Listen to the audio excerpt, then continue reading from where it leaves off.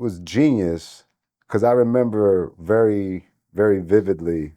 Twista has the Guinness World Record for fastest rapper in the Okay. world. So I'm gonna say this because Fade wants to take credit for naming the label, doing the logo, la la la la. I love my big bro, but I was responsible for the Guinness Book, and I'll tell you why I was responsible for it. The guy who held the record before Twista, I was fascinated at the fact that Asher, Daddy Freddie, Yeah. had the title. Daddy Freddie was a ragamuffin, hip hop, a ragamuffin, Yeah, never heard of him. Great song, but he wasn't saying anything in English. He was speaking patois, Yeah, and he wasn't articulate. yeah, And so I told my argument was Twista says stuff in real. He's doing it for real. yeah, He's really using words. That was my biggest argument.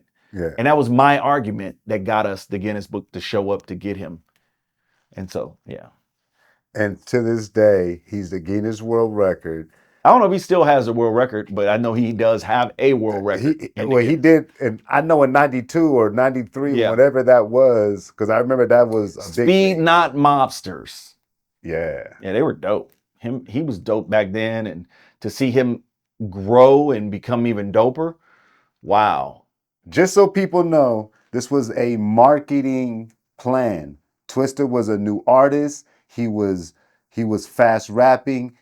Adrian Miller, the person that we're interviewing right now, came with the idea we need to get him the Guinness World Record of the fastest rapper alive. Yeah, Fade, I did that shit. Right? Get off me. And they coordinated and worked. And me as a consumer of hip hop, that's why I always remember Twista.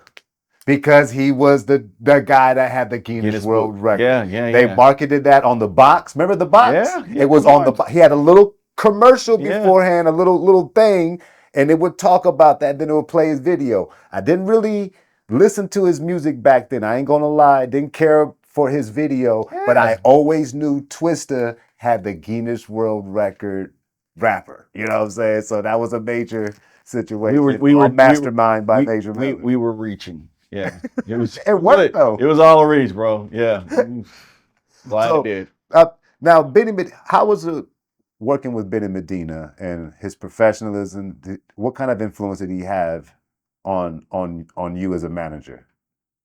Well, let me not miss a move because it was me working for Loud, being let go to go and create and help jump off Buzz Tone Immortal. Okay. That was the home of Cypress Hill, the management company, the label that has House of Pain. We had House of Pain in Cypress Hill. Oh wow. We had it. That was the most crackingest understanding of indie music and management under one roof for me. Okay. Steve was a growth, but we had RZA, Method Man, Eric Sermon, Redman, Muggs, managed clients, all at this company, with records being released on our labels through other companies.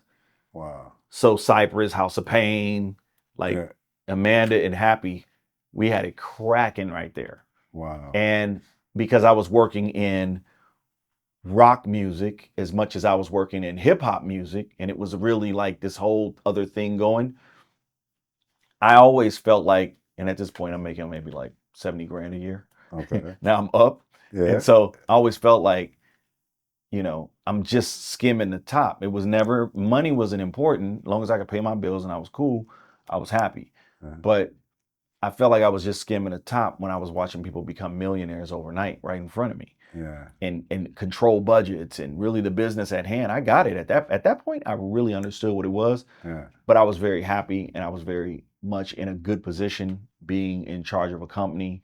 I had some dynamic people around me working with me, and I was given a really large responsibility. But I really only wanted to sign artists, and I thought that was what I should be doing. And I felt like that was what I needed to be doing. And the minute I heard about an opportunity for a door opening at Warner, I deuced it and went to Warner and took the interview and got the job. and started over there working for Benny. And it was no more management at that point. It was no more working for anybody other than Warner. Okay. And, you know, I was making a substantial salary at that point. Okay. And I was always told what I wasn't going to get. And Benny showed me the sky is the limit. Like, there ain't no limit. Yeah. You just ask me for it and let's see if we can get it. I mean, I was asked to sign Salt and Pepper for like $15 million one time. And I was like, I don't want to sign no Salt and Pepper for no 15 million. And it's a no for me. And I put together a whole plan of bringing all my friends in. And I had a deal for a fraction of that money, like 8 million would have gotten me Master P, Snoop's label, sorry. The big person on campus was E40. I was going to do E40's deal at Warner, Snoop's label, Master P's label, and Rock Nation. All under $8 million. One deal. And what happened? And create a platform for this new thing happening called the internet. Oh my God. All under $8 million. And it got back to me that my politics didn't fit the policy holders and people in plan. So the head of rap music at the time, it was my boy, Troy, didn't believe or understand this vision and didn't see it through. And with with him not voting for it, it got crushed. So they were just like, well, we're not going to sign Salt and Pepper. We're not going to do this deal either. And that was it. So did you leave or? No. I didn't have to leave. We all got fired. Benny too? Benny too. So how long did the Warner Brothers thing last? Approximately 2.5 years. 2.5 years. But man, were those some 2.5 years. Yes, I'm sure. Ooh.